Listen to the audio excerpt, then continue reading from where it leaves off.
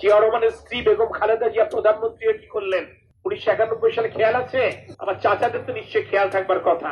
5,000 টাকা পর্যন্ত কৃষি ঋণ মওকুফ করে দিলেন, 10,000 টাকা পর্যন্ত কৃষি ঋণের সুদ মওকুফ করে দিলেন, 25 বিঘা পর্যন্ত জমির খাজনা মওকুফ করে দিলেন। সে কৃষকরা জমির ধানের চারা লাগানোর ফাঁকে ছুটে আসবে ধানের প্রতি তার আবেগ ভালোবাসা জানাবার জন্য, শুধু নয় আগামী দিনে বিএনপির পরিকল্পনা জানতে এবং শুনতে। তাদের জন্য আমাদের আগামীর ভাবনা হচ্ছে আমরা প্রতিটি কৃষককে একটি করে কৃষক কার্ড উপহার দিতে চাই। এই কৃষক কার্ডের মাধ্যমে কৃষকেরা ন্যায্য মূল্যে সার, বীজ এবং কীটনাশক পাবে।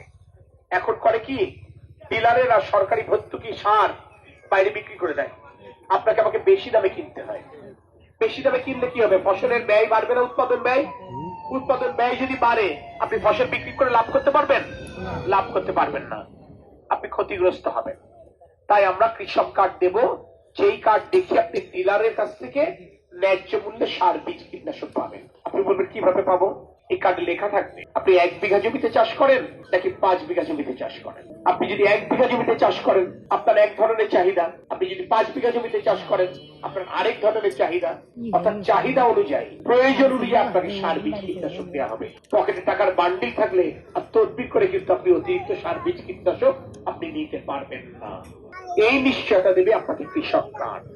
আর জমিতে যদি অ্যাক্সিডেন্ট হয় তাহলে আমরা ক্ষতিপূরণ দেবো। জমিতে আমার অ্যাক্সিডেন্ট হয় কেন? ঠিক বলেছেন, আমার এক বড় সুন্দর কথা বলেছেন। যখন ঝড় বৃষ্টি হয়, শিলাবৃষ্টি হয়, ঘন কুয়াশা হয়, আমাদের এখানে বন্যা হয় না, যেসব জায়গায় বন্যা হয় একটানা 3 মাস রোদ বৃষ্টি হচ্ছে না, প্রখর খরতাপ, ফসলের ক্ষতি হয় না? ফসলের ক্ষতি হলে হয় কি, পুঁজিটা মার যায় কৃষকের, সে নতুন ফসল ফলাতে পারে না। তাই জমির এই অ্যাক্সিডেন্ট যখন হবে কৃষকের পুঁজি আমরা ফেরত দিতে চাই বীমা কোম্পানির মাধ্যমে। তাই আমরা শস্য বীমা চালু করবো ইনশাল্লাহ। এই কৃষক কার্ড দেখে আপনি শস্য বীমার সুবিধা পাবেন। আমাকে আবার অনেক মুরব্বী বলেছেন যে বাবা, বেগম জিয়া তো আমার ওই যেটা বললাম জমির খাজনা মওকুফ করেছিল, তার ছেলে কি করবে?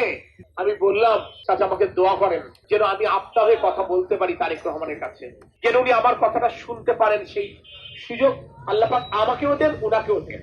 আপনারা দোয়া করেন যেন কৃষকদের জন্য আমরা আরো কিছু সুযোগ এনে দিতে পারি।